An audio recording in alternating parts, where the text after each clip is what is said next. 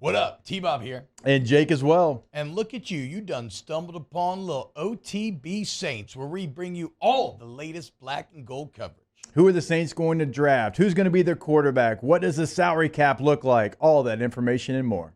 Hope you enjoy it. Like, subscribe. So here's where I think the Spencer Rattler thing is probably most exciting. And I don't think I'm saying anything mind-blowing here, right? Or actually, I'm going to go to a Nick Underhill line that I felt was very funny. He said, Spencer Rattler is the most exciting fifth-round pick in Saints history, which, on one hand, has a lot of Nebraska is the best 3-9 team in NCAA history energy to it. But guess what? Nebraska really was the best 3-9 team. Like they really actually were. They played all ranked teams. They barely lost every game. Like they were like so close to kind of being good. Well, in the same way, Spencer Rattler, it's not too often that you get a fifth round pick that was once maybe thought that he could be the number one pick in the NFL draft, or a fifth round pick that has better arm talent than anybody does in your current quarterback room. And also when you look at some of the other quarterbacks, whether it's Jake Haener, who'd you draft from Colorado State back in the day? Garrett Grayson was in that number. Ian Book. Like Spencer Rattler is on a different level talent-wise than all of those guys, and it's not even particularly close. And I know we've had this conversation a lot, but first crack of the day. It's all right. Sorry. That's not all right. But maybe I have a real unhealthy sounding cough going, guys. I don't feel sick. It just feels like a few too many beers and darts, you know? But I love darts. Yeah, I mean, who doesn't, dude? He loves beers. But I don't know if we're talking about the same darts. But Spencer Rattler, the other thing about him is that compared to every other like kind of major quarterback in this draft, or the other major ones, the big boys, he is the one that most got forced to basically play up the last couple of years. Like maybe say for Drake May, all the other big quarterbacks had a supporting cast that was going to be better than their opponents almost every single week. And how about this? Just to put some numbers on it, Spencer Rattler was pressured, the pressure rate that he suffered in South Carolina last year, fourth most in the entire nation. Pressured on 201 snaps, sacked 43 times. I think that's over the last 2 years, the 43 times. I think 101 of those came in the first game against North Carolina. It was unreal. I mean, just relentless, the amount of pressure that man was under. And yet he still did some impressive things. So this is all to say this is far more talent than your normal fifth-round selection is. And it's I think it's surprising that he fell to you.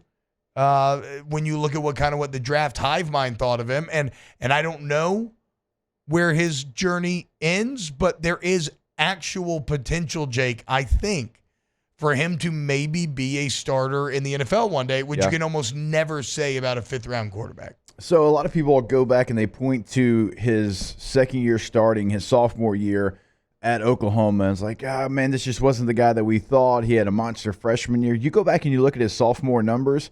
He threw for like 1,500 yards, completed 75% of his passes, 11 touchdowns, 5 interceptions. That's not a bad year. So that was that was the year that Caleb Williams replaced him, right? And so like even that, like he completed 75% of his passes, and then he goes to South Carolina, and he doesn't fall off a cliff, and he got better actually this year from last year. You look at the totality of his stats in college, he throws 77 touchdowns, 32 interceptions, throws for almost 11,000 yards. Right, so it's not like, man, this guy was uber talented coming out of high school. He had one good year in college, and then he just kind of fell off a cliff. When you actually look at his stats and you watch the film, he was pretty consistent throughout his college career, certainly to the things that you're talking about, really running for his life the last 2 years at South Carolina, but certainly last year. So last year, behind one of the worst offensive lines in the country because of injuries, they were down to third-teamers in a lot of spots. He still throws 19 touchdowns, only 8 interceptions, 3,200 yards. And I mean, if you go again, we love New Orleans on football, and we'll talk to Nick Underhill a bit later today. But he had some highlights attached to it, and yeah, there's some very impressive things in there in terms of some of the throws that he's able to pull off under pressure. Now, obviously, it's not a perfect pick, right? I mean, he's in the 5th round for a reason. There's still a lot to work on in terms of processing and everything else.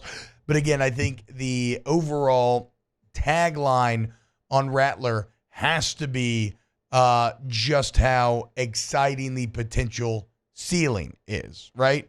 And look, we'll know because you have a new coach coming in, so you got a clean slate situation, and it's going to be what? You, Peterman, Jake Haener, Kellen Mond, and I feel like I'm missing one. Derek Carr. And well, yeah. Well, yes. I'm talking about after Derek Carr. But like those are quarterbacks that if you are going to live up to the hype that we're giving you right now, I would hope that by the end of preseason that they would feel comfortable in rolling with you over those other guys. I completely agree because we've laid it out. The quarterback room for the Saints, I mean, Nathan Peterman, right? We've seen what he's, I want to say capable of, but maybe not capable of when he's thrown in there like in real action and not preseason action. Kellen Mond, he was throwing at the combine this year. Like, no disrespect to the guy and credit for you for doing whatever you got to do to get back into the league, but you were a combine arm this year, like this current combine. And Jake Haener, we don't really know a lot about him. Obviously, he gets busted for PEDs and has to sit out some time. And we saw him a little bit in the preseason. I didn't even know that about him. I forgot that. First 4 games, if I'm not mistaken, of last year. Bruh. He got popped like right after preseason or something, right? Because like a lot of people were like, hey, he did some nice things in preseason. Yeah. Maybe he could be your QB2, and then boom, done. What in the hell was Jake Haener taking? Looks like he's 10. I guess that's why he was taking it. Maybe he would have looked 8 without it. Yeah, trying to take some tea, maybe to just get some face hair or something. Yeah, something going on, dude. I just can't. Every time I think of him, I think of the pictures that he had. I can't. It's a great photo shoot, but it is it is the only Jake Haener memory we really have. Yes, and he's a missing Lawrence brother. Who was it that texted the Rattler meme about him looking like he was the guy that they cast to play Patrick Mahomes in a movie about Travis Kelce and Taylor Swift? Because they've had a ton of those. There's another one. It was like perfect joke. There was another one. It was like if you were asked to draw Patrick Mahomes from memory, like that's another one. They've had a lot. Hey, here's to hoping. Look, we really do in some ways have great value Alex Smith and great value Patrick Mahomes here. Like in a weird. Now the question is, are we talking like Kirkland brand? Kirkland brand solid. Or are we down to like a Dollar General knockoff brand? Wow, just amazing black and gold takes right there, Jake. I don't think I've ever heard any takes that are better than the 2 guys that just gave you that take. And you can keep getting them by going ahead and liking, subscribing, ringing the bell to get notifications when we post. Have a great day. We'll see you on the next OTB Saints.